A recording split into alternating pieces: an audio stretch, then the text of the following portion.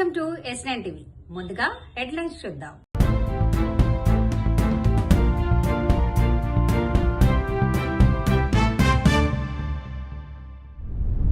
Rash driving తో ఇసుక ట్రాక్టర్ల రోతన.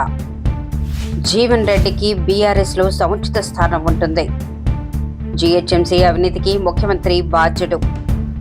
జీవన్ రెడ్డి కాంగ్రెస్ పార్టీని వీడటం తొందరపాటు చర్య. కలిగిన ప్రజానాయకుడు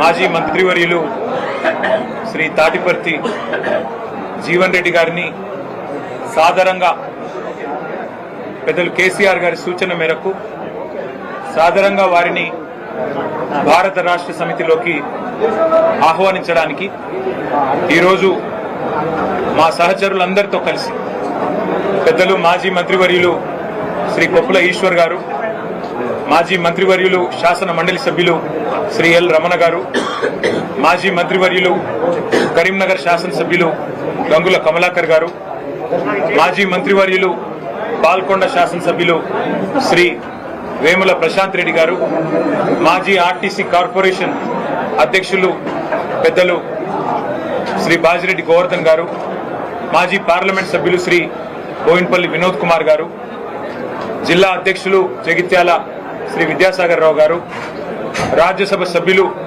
దామోదర్ రావు గారు, జిల్లా పరిషత్ మాజీ చైర్పర్సన్ జగిత్యాల శ్రీమతి దావా వసంత సురేష్ గారు, అట్లాగే మా గౌరవ సహచర శాసనసభ్యులు డాక్టర్ సంజయ్ గారు, పాడి కౌశిక్ రెడ్డి గారు, మాజీ శాసనసభ్యులు రసమై బాలకృష్ణ గారు, గౌరవనీయులు సుంకె రవిశంకర్ గారు, కోరుకంటి చందర్ గారు, పుట్ట మధు గారు, దాసరి మనోహర్ రెడ్డి గారు, అట్లాగే ఒడితల సతీష్ గారు, మొత్తం ఉమ్మడి కరీంనగర్ జిల్లా నాయకత్వం మొత్తం, అట్లాగే పక్కనే ఉన్న నిజామాబాద్ జిల్లాలోని నిజామాబాద్ అర్బన్ మాజీ శాసనసభ్యులు సోదరులు బిగాల గణేష్ గారు, ఇంకా వారితో పాటు జిల్లా పరిషత్ మాజీ అధ్యక్షులు శాసన మండలి మాజీ సభ్యులు నారదాస్ లక్ష్మణరావు గారు, అట్లాగే కరీంనగర్ జిల్లా పార్టీ అధ్యక్షులు జీవి రామకృష్ణారావు గారు, సిరిసిల్ల జిల్లా పార్టీ అధ్యక్షులు తోట ఆగయ్య గారు, అందరం కూడా కలిసి ఈరోజు పెద్దలు జీవన్ రెడ్డి గారిని మరి భారత రాష్ట్ర సమితిలోకి సాదరంగా ఆహ్వానించడం జరిగింది. मेरा नाम अब्दुल मलिक है, मैं ओल्ड तांडू वार्ड नंबर 17 में रहता हूँ, निजाम से दरगाह के पास। सर यहाँ पे डेली जो है 100 ट्रैक्टर चल रहे हैं यहाँ पे, और सुबह 7 बजे से शाम में 7 साढ़े 7 बजे तक चल रहे हैं ट्रैक्टर, और हर घर में इतनी धूल हो जा रही है यहाँ पे जिसका वो नहीं है। खाना भी खाए तो धूल आ रही है, हर चीज़ में धूल हो गई। सो ये रोड वाले यहाँ से निजाम से दरगाह से जो तो आगे सनखाने तक हर घर में यही प्रॉब्लम हो रहा। डेली जितना जेंट्स परेशान हो रहे हैं उससे ज़्यादा लेडीज़ परेशान हो रहे हैं। और कल रात में पूरे वार्ड के पूरे लेडीज़ बाहर जमा होकर खड़ गए थे यहाँ पे, हम धरना करते हैं या नहीं तो हमको PS लेके चलो, वहाँ जाके हम कंप्लेंट करते बोल के। ऑलरेडी हम जो है हर किसी को ऑफिशियल को टच में है, उनको बोल रहे हैं डेली हमको ये प्रॉब्लम हो रहा है, लेकिन आज तक हमारा प्रॉब्लम भी कोई सॉल्व नहीं करे।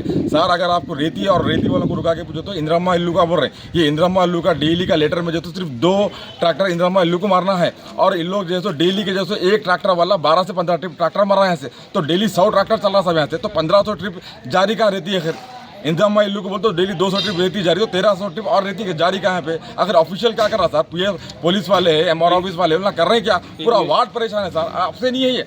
खाली रेनी सीजन में 2 महीने रहती रुक रही यहाँ पे, उसके बाद कंटिन्यू जो है सारे ट्रैक्टर चल रहे हैं। बच्चे शाम के टाइम खेल नहीं सक रहे। परसों एक बच्चे का एक्सीडेंट होते होते बच गया वहाँ पे, ये पीछे टाकी दिखाओ वहाँ पे। ट्रैक्टर वाले इतना रैशली चला रहे हैं जिसका हद नहीं है। रोड पूरी खराब है, आप ट्रैक्टर एक बार अगर चली ना पूरी धन धन धन बोल के आवाज़ आ रही।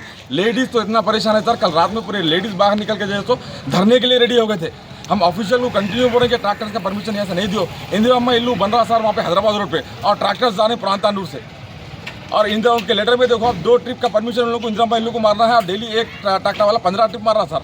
तो आखिर करना क्या है वार्ड वाले? हम देख काम करो, ले तो हमारे पूरे वार्ड को खाली कराए, कहीं और घर दे दो हमको। इंदिराम्मा इल्लू का घर हमारे हम जाके वहाँ रहते, वार्ड अपना ऐसा कर लो ना सर। ये कंटिन्यू सर 6 महीने से कंटिन्यू बोल रहे, लेकिन इसके ऊपर कोई एक्शन नहीं हो रहा। अगर आप इसके ऊपर कोई एक्शन नहीं लिए सर, ये पूरा होल वार्ड लेडीज़ के साथ जाके हम चौरस्ते पे धरना करते सर। ये बहुत सीवियर प्रॉब्लम हो रहा, आप इनकी भी सुनो। आप इनकी स्कूल हैं, 7 स्कूल है। జీవన్ రెడ్డి గారు పార్టీ వదిలిపోవడం బాధనే, చాలా కాలం నుండి సేవలు చేసినటువంటి వ్యక్తి కాబట్టి అది కొంచెం బాధాకరమే. అయినా ముఖ్యమంత్రి గారు ఒక సందర్భంలో మేము కూర్చున్నప్పుడు ఆయన చాలా రకాలుగా ప్రయత్నం చేసి కన్విన్స్ చేయాలని ప్రయత్నం చేసిండు. ముఖ్యమంత్రి గారు ఒక మాట కూడా చెప్పాడు, మేము చాలా ఇంపార్టెంట్ లీడర్స్ అందరం కూర్చుంటే ముఖ్యమంత్రి గారితో నేను రాజ్యసభ ఇప్పియాలని నెక్స్ట్ దాంట్లో అని నేను ఆలోచించాను. తొందరపడ్డాడైనా నేను ట్రై చేశాను, అందరినీ శ్రీధర్ బాబు గారిని పంపించాను, పిసిసి ప్రెసిడెంట్ పంపించాను, చాలామందిని పంపించాను. ఆయన తొందరపాటు చర్య చేస్తున్నాడు. ఇప్పటికైనా ఆపండి అంటే మళ్ళీ కూడా కొంతమంది లీడర్స్ కూడా పోయి మల్లు రవి గారు అలాంటి పెద్ద పెద్ద నాయకులు కూడా పోయి కూడా కన్విన్స్ చేశారు. కానీ పొలిటికల్గా కొన్ని ఎమోషనల్ డిస్టెన్స్ చేసినప్పుడు అది సొసైటికల్ అటెంప్ట్ అయితే తప్ప ఇది కాదు.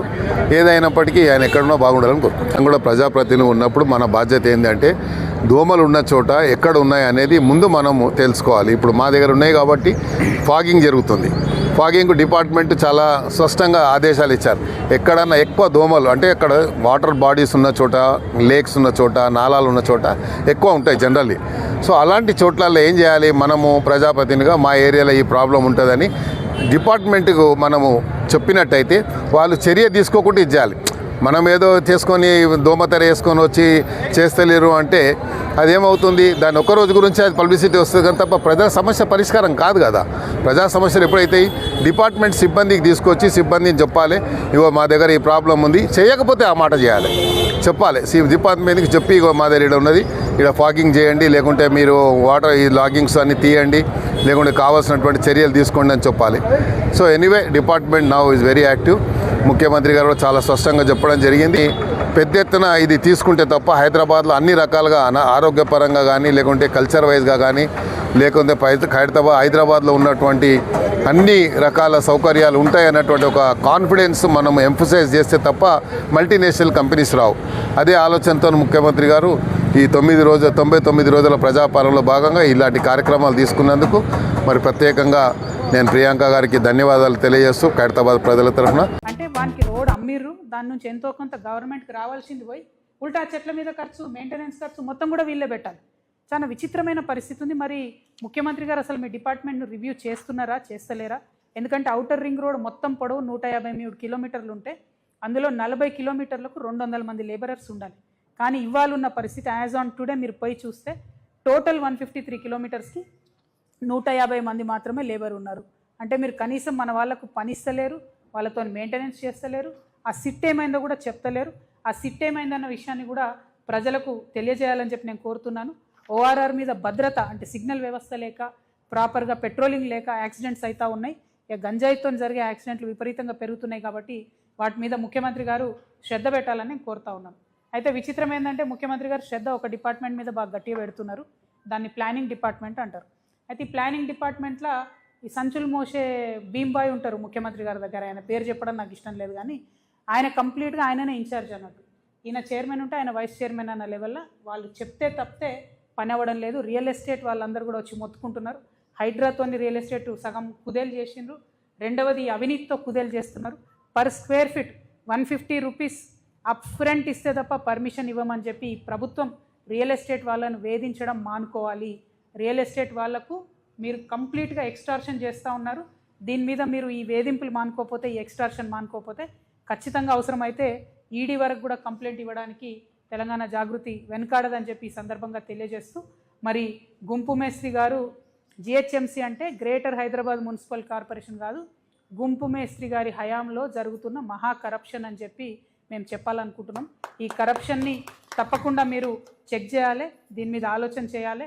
మన హైదరాబాద్ సిటీ డెవలప్మెంట్ని పక్కకు పెట్టి ఈ అవినీతిని మీరు ఇంకా పెంచుకోవడానికి ఫ్యూచర్ సిటీని ముందుకు తీసుకొచ్చి పెడతా ఉన్నారు. ఇంతటితో వార్తలు సమాప్తం. మరిన్ని అప్డేట్స్ కోసం చూస్తూనే ఉండండి S9 టీవీ న్యూస్.